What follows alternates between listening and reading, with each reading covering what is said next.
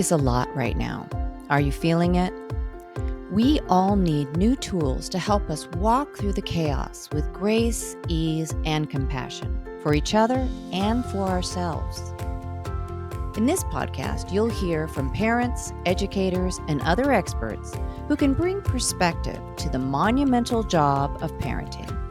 It's time to level up and be warriors for our kids and our communities. This is the Warrior Parent Podcast. I'm Marci Mitchell. And I'm Debbie DiManno. As parents, we understand that it really does take a village to raise our kids. We hope that this podcast serves to create and support that community for you. Join us as we discuss and practice our core tools, which are proven mind-body techniques that can be used by anyone to improve your life on a daily basis.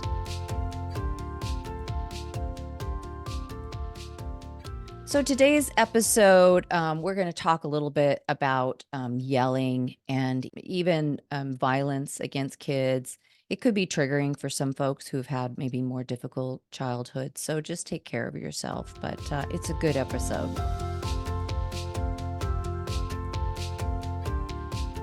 Welcome back to the Warrior Parent Podcast. We are always so happy when you join us. And today we are talking with Colleen Quan. She's a mom of two and a gentle parent coach. Colleen works one-on-one with parents to help them address their children's behavior.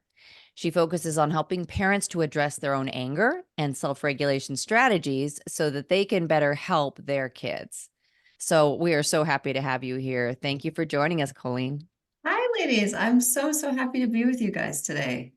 So this is going to be fun. So we were just having a conversation with Colleen. A lot of what Marci and I do is typically talking about teenagers or young adults, sometimes tweens, right? The young generation of upcoming, even millennials. So this is kind of our first conversation about working with the little ones. So this is going to be fun. And Colleen comes to us as a certified peaceful parent educator. So I want to know what that means and how you get certified. And I think probably every parent now needs to get certified. So, like, I should have been certified for sure. Right? Why don't they give us a book, right? Yeah. Where was the manual? Right. So we can dive a little bit into what peaceful parenting, or some people call it gentle parenting now, and kind of what that even is, because I think it means different things to a lot of different people. So for me, what that means is several different layers. The first one, and I actually talk about it as almost steps on a ladder. And the first part of that peaceful parenting portion for me is mindset. And that's how we look at our kids' behavior, and how we can change the lens in which we look at their behavior from they are manipulating or they are acting out on purpose.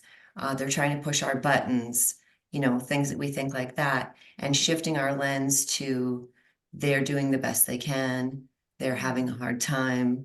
So it's really that mindset of how we look at their behavior. And the next layer, the next step up of that is regulation. And that's self-regulation and helping our kids to regulate their behavior. And then the third ladder up is behavior, and actually how we address the behavior. But from a peaceful parenting perspective, that is addressing that behavior without punishments or consequences, and really looking into what's underneath the behavior, what's driving the behavior, and responding to it with empathy and connection. Yes. Connection is the big part of gentle parenting that is sometimes missing in traditional parenting. Yeah. Yes. I love that, because as we were just saying, Debbie and I, our kids are in their 20s.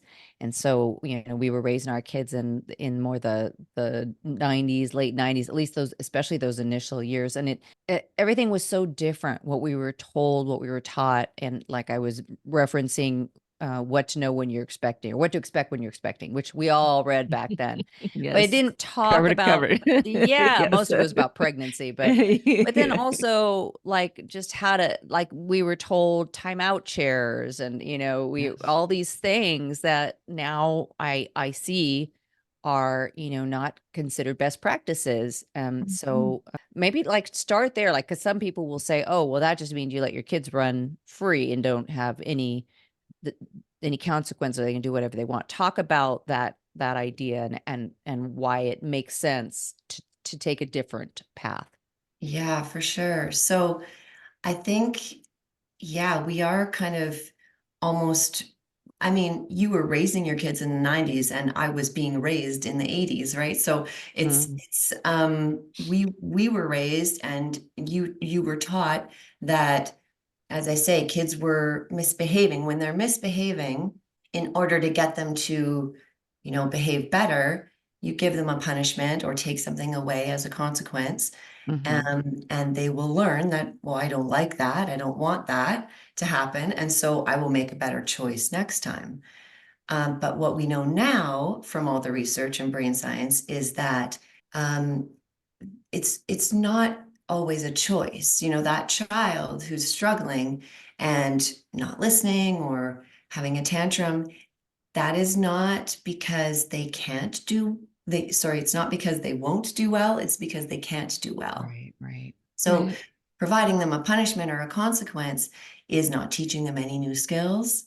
It's not helping them regulate what's going on inside. It's not looking underneath the behavior. And it really is allowing the child only to focus on the punishment. They're not focusing on what they could do better next time because you're not giving them any more skills. You know, really what they're focusing on is what has happened to me and how unfair that is and how unjust that is. And their focus is really only on that punishment and not on that behavior.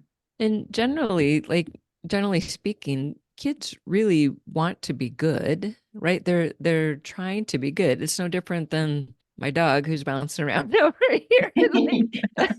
She's not always good, but you know how upset they get if you were punishing them, right? And then that turns into like now I'm feeling bad, right? That's right. So then the parent carries around the punishment with them. They're carrying around the shame and, oh, I shouldn't have done that, even though like that's what I'm supposed to do or what we thought we were supposed to do. Yeah. Right. Yes, so much shame and so much parenting guilt. I mean, that's just people are living with that guilt and you know, coming from a place of talking about regulation and being calm. Yes. And when parents can't do it, because most of us struggle with it, you know, it wasn't modeled to us Nope. and we don't know how to do it. And Yeah. so we lash out at our kids. And then that guilt, right, is so strong. And it's just a cycle that repeats because we feel like we need to do better. And we read these books and, you know, how to do better. And then we're triggered and we go into that response, that stress response, Yes. and it's automatic. And then that guilt, you know, and it's just this never-ending cycle for a lot of parents, right? Right. That's the piece that I think I wasn't so open to. It wasn't talked about when my kids were younger, was that it's not just what's going on with the kid, but it's what's going on with you. And so in that moment when they're, you know, at home, it's one thing, like they're not doing what they're supposed, what you want them to do. They're frustrated, so they're yelling or they're throwing things because that's the skills they have so far, which is amping you up. You're both dysregulated. Magnify it times 100 when you're at the store or in front of your friends or your mother or someone who you think is going to judge you as a bad parent. Now everyone's dysregulated. Nobody's acting from a place of what is really happening. What does my child really need right now? And checking in with them, which is such a, it feels like such a smart, of course you would start here, but it's not what we were taught. Like what's going on? Why you seem really upset? Like talk a little bit about how you help that child to not just get regulated, but also get to the crux of why are they, what's happening with them in that moment. Yeah, I think you definitely hit the nail on the head when you said a lot of parents think it's about their kids' behavior, and Yeah. really it's so much about yours, Yeah. you know. And like when I talked at the beginning about that ladder and the behavior is at the top, or you can think of it like a staircase, you know, and a lot of parents will see the behavior and they want to change it. And this, so they just want to get to the top and just what's the behavior and how do I change it? And what are the tips and tricks and skills and to change the behavior? Yep. But you're missing all the other steps at the bottom, right? So if you're looking at a behavior and you want to change it, really the only way to do that, or the lasting way to do that, because you can use control and manipulation, all those tactics that we talked about, but it's not going to change it long term. So Right. the It's only just way tamping really, it down. It's yeah, not resolving anything. exactly. Yeah. And so really the only way to do that is so with that mindset piece is to really be able to look at your child and know, again, according to research, that that child is doing the best that he or she can in that moment with the resources and skills that they have available to them. So, you know, if you have a child who, I mean, let's take my daughter, right? She's 6. She definitely has the skills to, let's say, get dressed on her own. If you say, okay, go get dressed, it's time for school, go get dressed. Of course she can go get dressed. But if she comes to me and says, Mommy, I can't, like, I'm so tired. And you know, that behavior you could look at and go, okay, yes, you can get dressed. You know how to do that. And I'm just going to address the behavior. Or you can peel back those layers and say, what is making it hard for her in this moment? Yeah. She's giving me the best she can in this moment. Right. So the first thing is to look at your mindset. How am I looking at her behavior? So she's doing the best she can in this moment. And then the next step is regulation, right? So how can I stay calm about this? Sure, this is annoying. We have to get out the door and we have all these things to do. But I have a lot of tools to help parents stay calm in that moment. Actually, I have 9 steps to calm. I call it the roadmap to calm. But it's how do we stay calm in that moment so that we can support that child in the way that she needs? So maybe she just needs quick connection. Maybe she would like me to help her pick out her clothes with her. Maybe, you know, what are the ways I can support her in that moment instead of just looking at the behavior as she's being defiant. She could get dressed and she's not, you know, is to actually look underneath that. Yeah, hopefully that answers the question. Wow. Well, now I need to ask, what are the nine steps to calm? We need those. We need those, Marci and I too. Everybody needs those. Yes. We all need those. Everybody needs those. Okay, well, I mean, there is so many, and I don't know if we could go into all of them, but Maybe top 3 or just 3 that you'd like to share right now would be great. Sure. Yeah. Okay. So top 3 would be so there's tools that parents can use. One of the big ones that I love is visualization. So if you were to go to bed at night or just find a calm moment, it's almost like meditating, but meditating on your child's behavior. So you could visualize a tantrum or a situation that occurred that you didn't react the way you wanted to. And you could just take a moment and close your eyes and really visualize that moment with your child and how you would respond in a new situation, like in the perfect situation, right? Yeah. How would you respond in a calm situation? Yes. Because it's practice for your brain, right? Your brain actually doesn't know the difference between that real experience and a visualized experience. So that's practice, right? It's practice because in the heat of the moment, we can't always pull those tools. That's right. But when you're visualizing, you can actually tell yourself the things that you want to tell yourself. And so it's actually practice for the brain. It's just like when you have those moments where in life as an adult and somebody says something that really triggers you and then you think of your response 15 minutes later. Like, dang, why didn't I say that? But like taking that moment later to say, okay, I didn't like how that went down. Let me just think about how could I have done better? And then, like you say, think it through, build that pattern in your mind. So then the next time, because it's going to happen again. Yep. Now you've got a new plan. I love that. I love Yeah, that it comes back, as we say in almost every single episode. It all starts with the awareness. Whatever you're trying to prove, first you have to be aware that you didn't like the way it went, or that you're not happy with how you're responding or how you're showing up in the world. And then the next step is, okay, what can I do about it? So exactly. that's a great one. Exactly. Yeah. So Yeah. that's one of the tools. The other one is a calming space, or I call it a calm corner or a calm basket. And it's I think you guys would love this because it's kind of like a lot of it's a lot of physical tools like you can put in this calming space, stress balls and bubbles and paper and music and Yes. squishy toys and whatever your kid really likes. Or Hmm. try out a variety of things because sometimes kids don't know what they like. Hmm. But it's meant to be a space that you all go when you're triggered or they're triggered. Yeah. You can go to this calming space together. It's not a timeout. It's Yeah. not a timeout spot. It's almost it's a time in spot, but it's a calming space. And you can take that space together. So, because a lot of parents, when their child gets triggered and they're having a meltdown, we start having a meltdown, right? So Mhm. we are experiencing that at the same time as them. So if you have a space that you can go and you got posters, I have posters on my walls, and I have posters I give my clients that have, pictures of emotions and all the things that you can do. So you can take deep breaths, you can take a drink of water, you can, and you can put I help parents come up with a calming plan. So they post their calming plan. What are the things that I'm going to try to do when I'm in this space? And sometimes it's breathing, sometimes it's, again, squishy toys or blowing bubbles or jumping jacks, but what are my tools I'm going to try, right? Right. And post that as my plan in that calming space and go there with your child.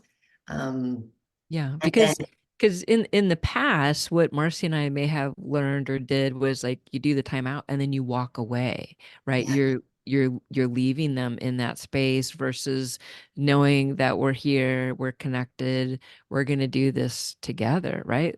I imagine that feels very different to a young child, it's so different. And right? it's the other thing that research has told us is that children actually obviously they don't have the ability to self-regulate, and they don't even gain that skill by really doing it. They gain it by experiencing it with another person. It's called co-regulation.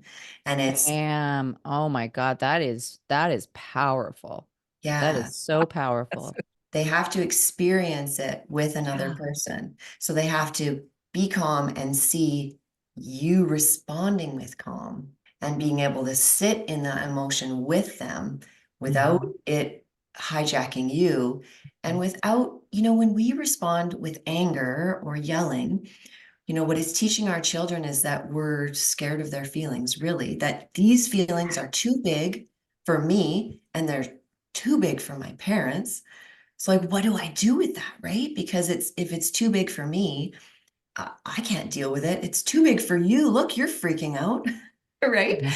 Yeah. So yeah, they have to experience that calm, and that's what teaches them regulation. I just that just hit me like a ton of bricks. Mm, Like I had so many emotions going listening to you talk about that. First of all, going back to my own childhood mm, and, thinking back to like my dad, who was a yeller, and how completely shut down I became when he was yelling, and yes. how he was, I remember the veins on his head and in his neck, and just so angry, and how complete, and that still affects me sometimes when I'm around my dad if he loses his temper. So that was my experience there. And then I think back to, my kids, and I don't know, that just gave me a whole lot of Yes. feelings about how do you do that when the other person is completely dysregulated, now you're dysregulated, and how do we hope to, like, I feel like I'm not speaking it very clearly, but it hit me pretty strong. I imagine there's other people who are having a big moment right now about thinking how it's so logical that you can't you can't do good. You can't help someone from that place. So you've Yes. gotta. And I mean, so many parents experience what you're talking about, right? Like understanding what you were raised with, what your parents did, and how obviously that's what you do for your kids because it's modeling. And that's how we break the cycle, right? We're breaking a generational cycle by doing it this way because our parents, they did the best they could. And then, you did the best you could by what was modeled to you, right? Yeah. But if you can break that cycle and realize that staying calm and regulated with your kids is the only way they're going to learn to do it. We scream at them for not being able to calm down, Yeah, exactly. Everyone loves to be told that. Just calm down. Just calm down, right? Don't tell me to calm down. Yeah. It's like an automatic reaction. Yeah. Oh my Well, goodness. that just feels amazing to me. Marci and I have had a lot of discussions, and those who are listening to the podcast, we talk about trauma and generational trauma a lot. That's a big one for me too. But I'm sort of thinking big picture and imagining a world where Colleen is teaching every parent how to do this, and how perhaps 10, 20, 30, 40 years down the road, we'll look at a world that's not like the one we're living in right now. Transformational. Right? Like guns and violence and crazy and screaming and yelling and fighting, and right? That's what we've taught our children, right? But man, that gives me hope. That calm space, that's just a perfect, everybody needs a calm space. Everybody needs that place to be able to.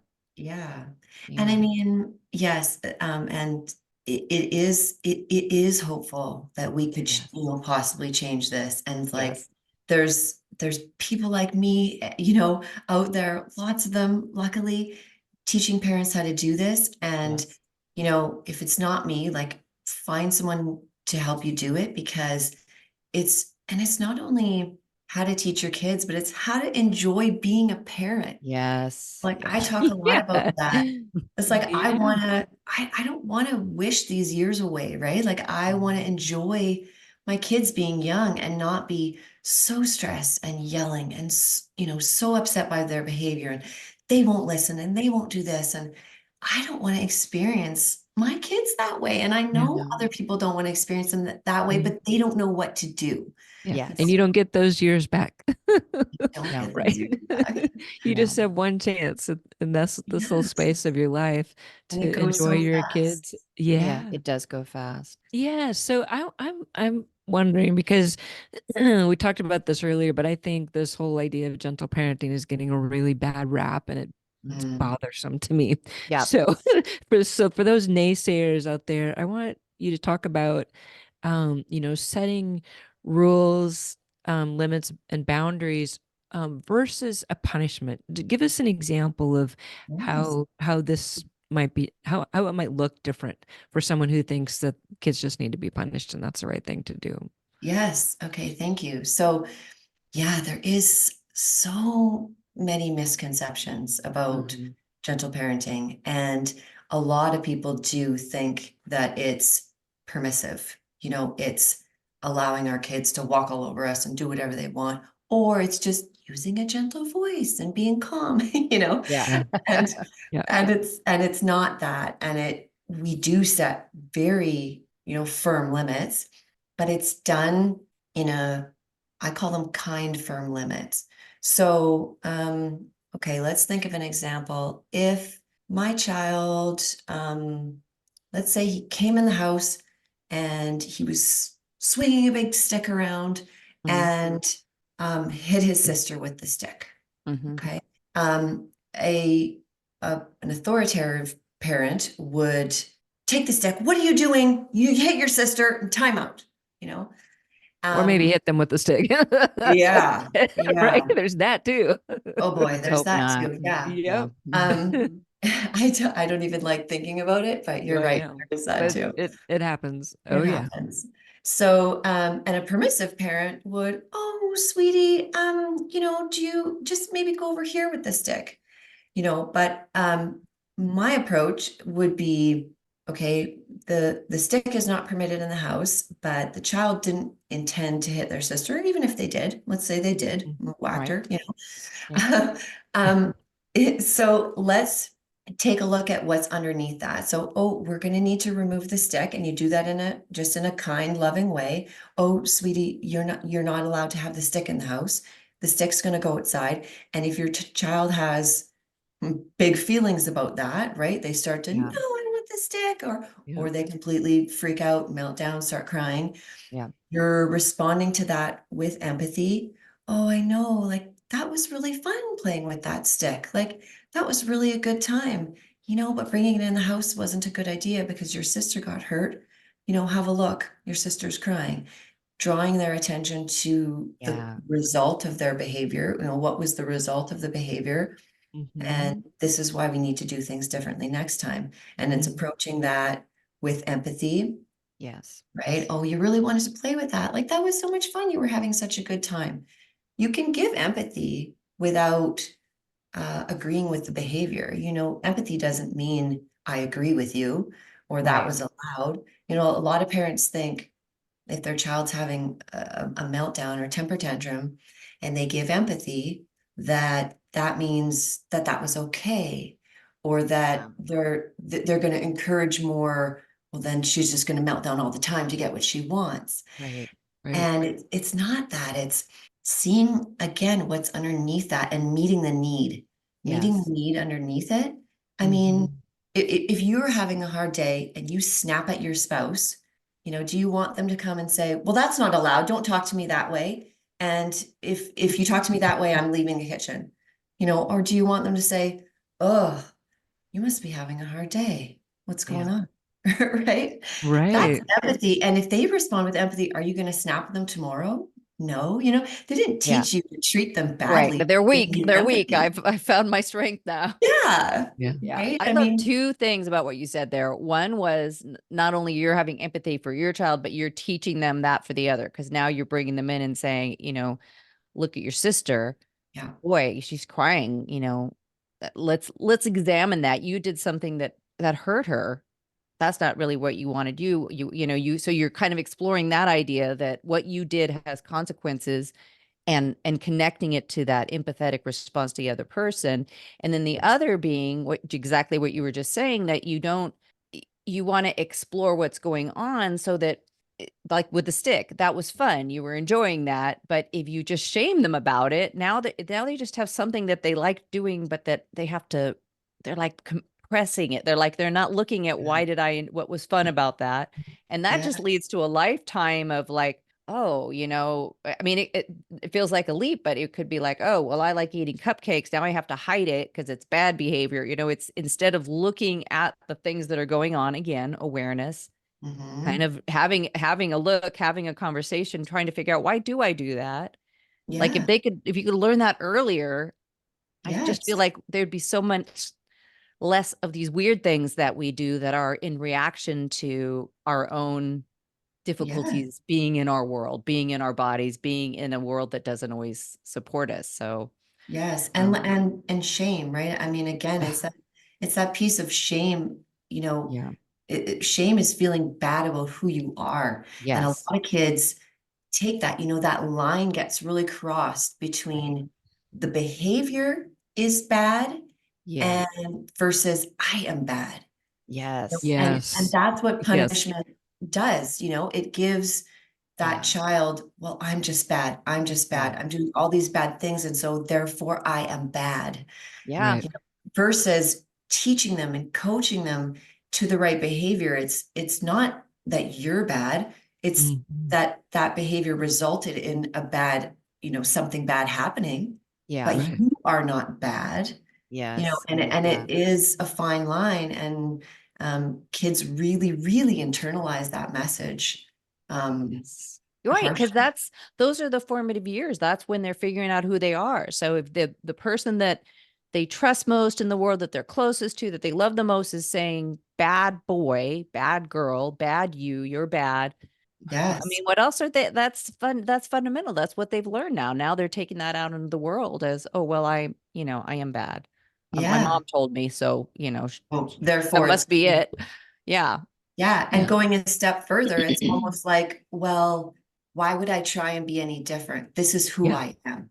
You know, it becomes this part of who they are. And, you know, when you're working with teens in the teen years, it's like, well, what difference does it make? Like, I'm just a bad kid anyway.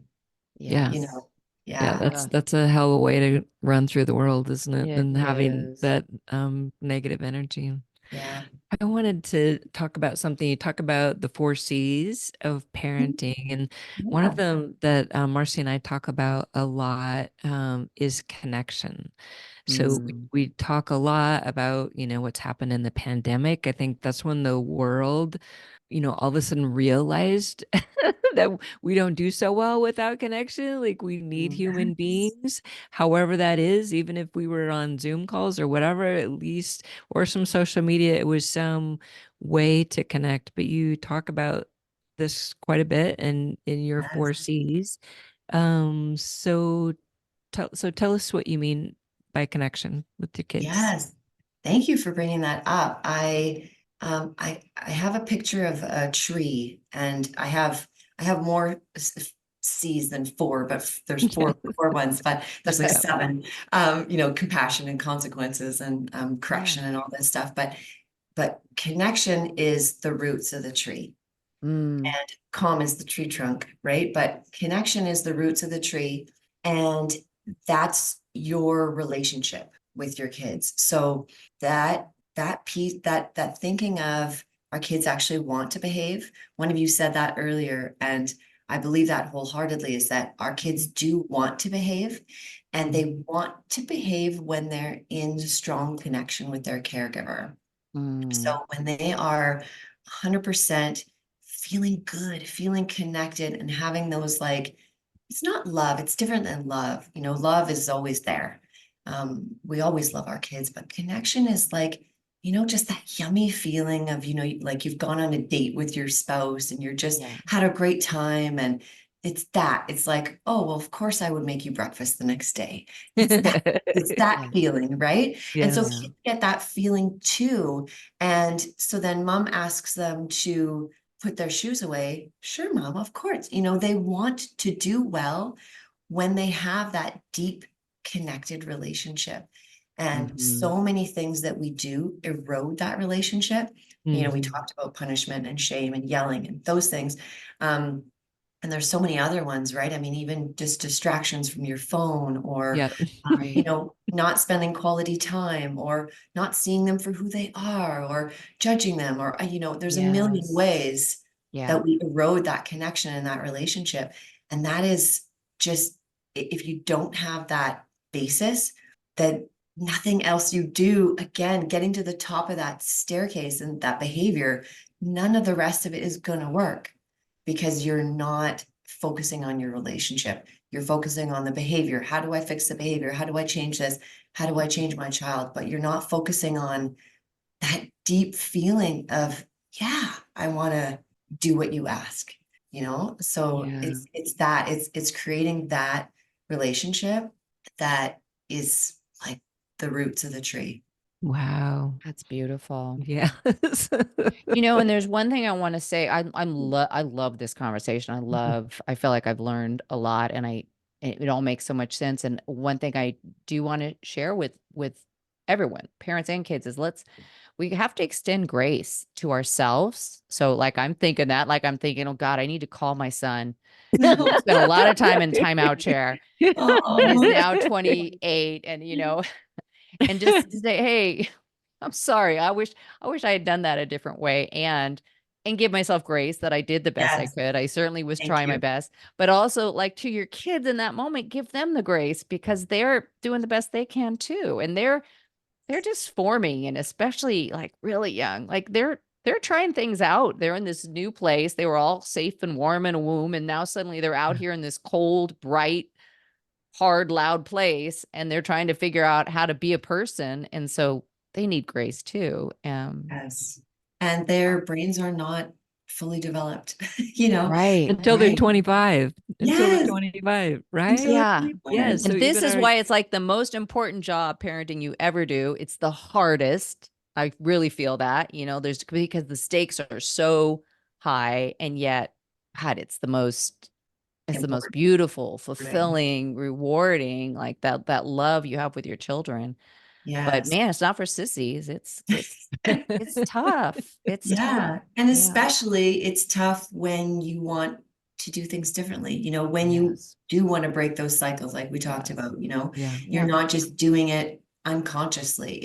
And that's, how people call it conscious parenting too. It's being conscious Yes. of Great what word. I'm doing, how I'm reacting, what my triggers are. I always say that our kids are like a mirror.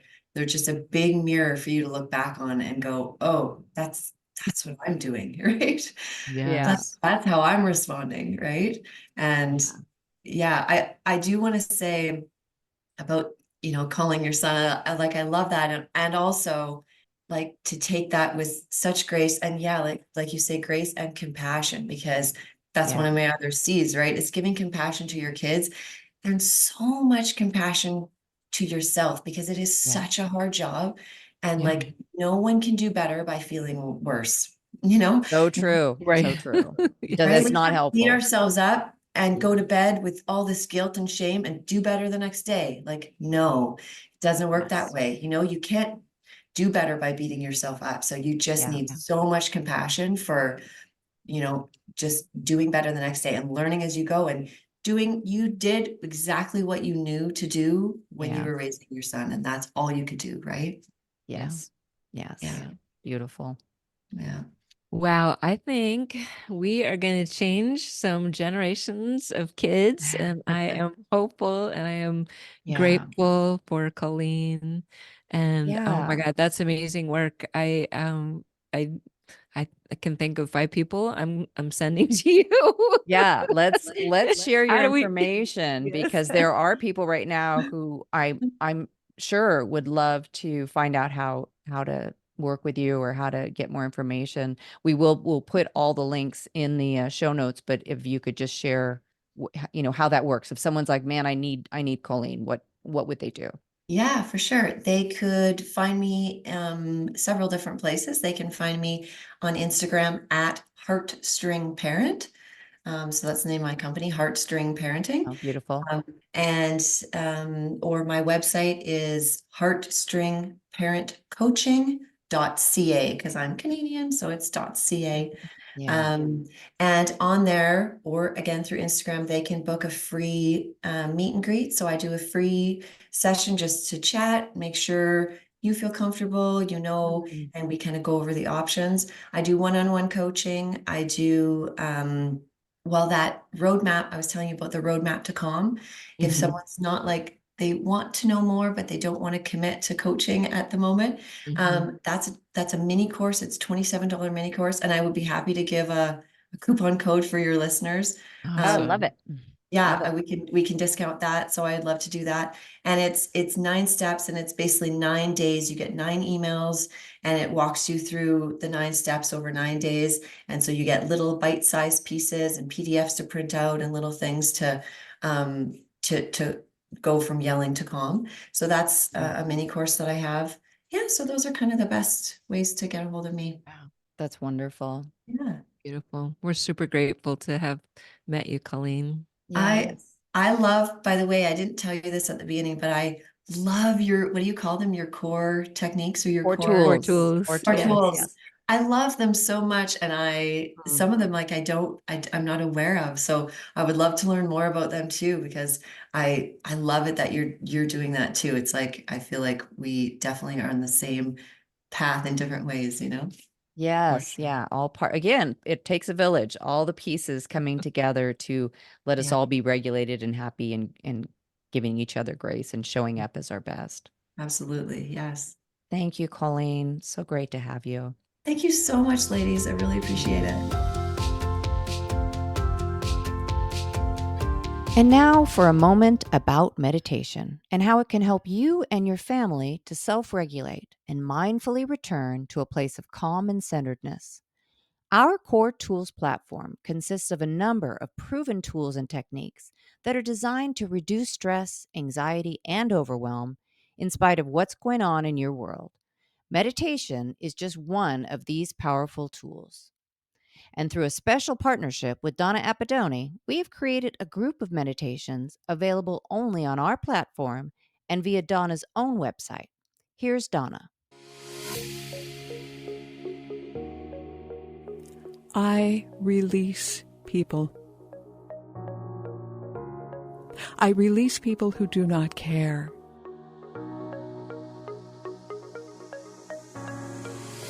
I release people who do not contact.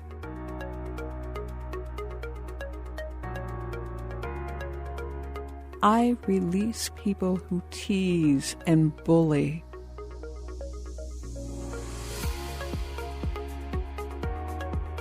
I release people who are sarcastic.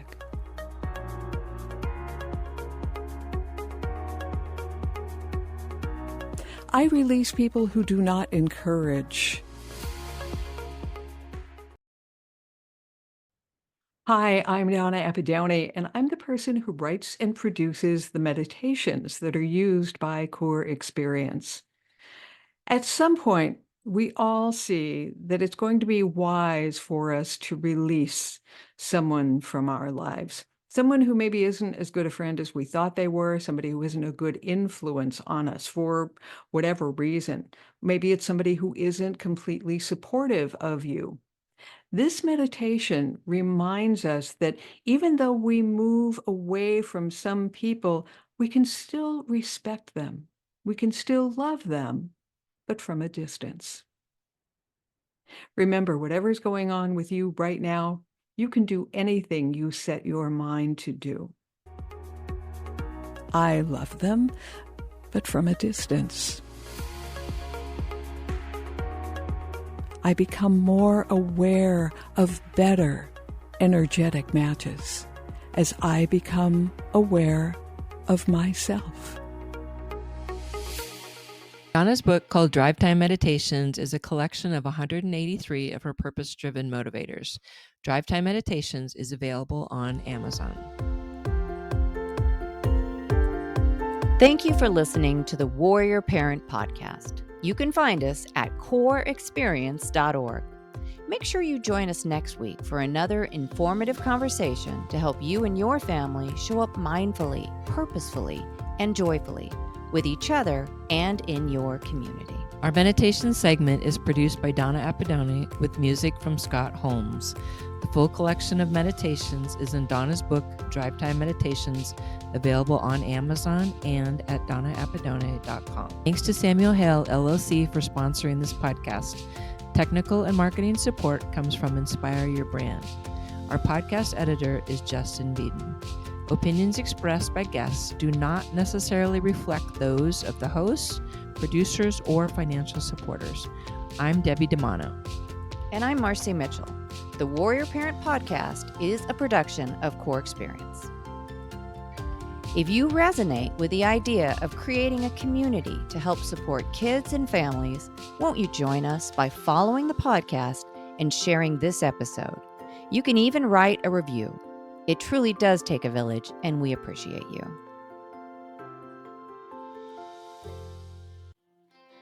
Thank you for listening to the Warrior Parent Podcast, produced by Cour Experience.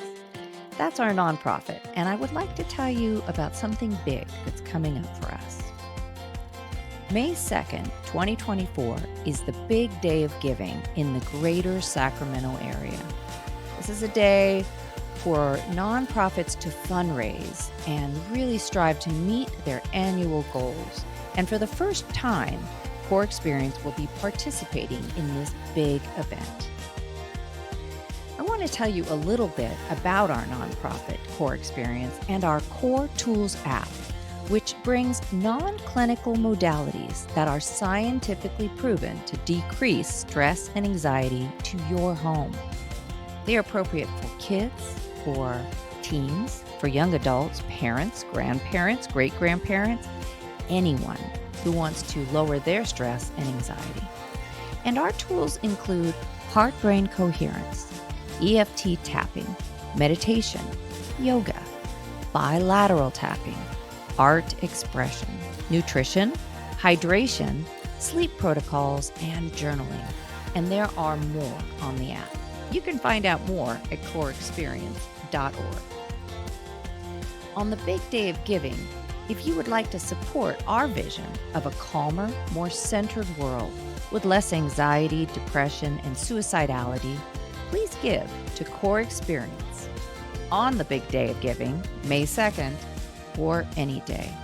You can go to our show notes or our website for a link and more information on how to give. We really believe in a world that has less anxiety, less stress, less suicidality, where people can show up as their authentic selves, in joy and purpose, and living their vision. We appreciate your help in getting us there. Thank you from Cour Experience and the Warrior Parent Podcast.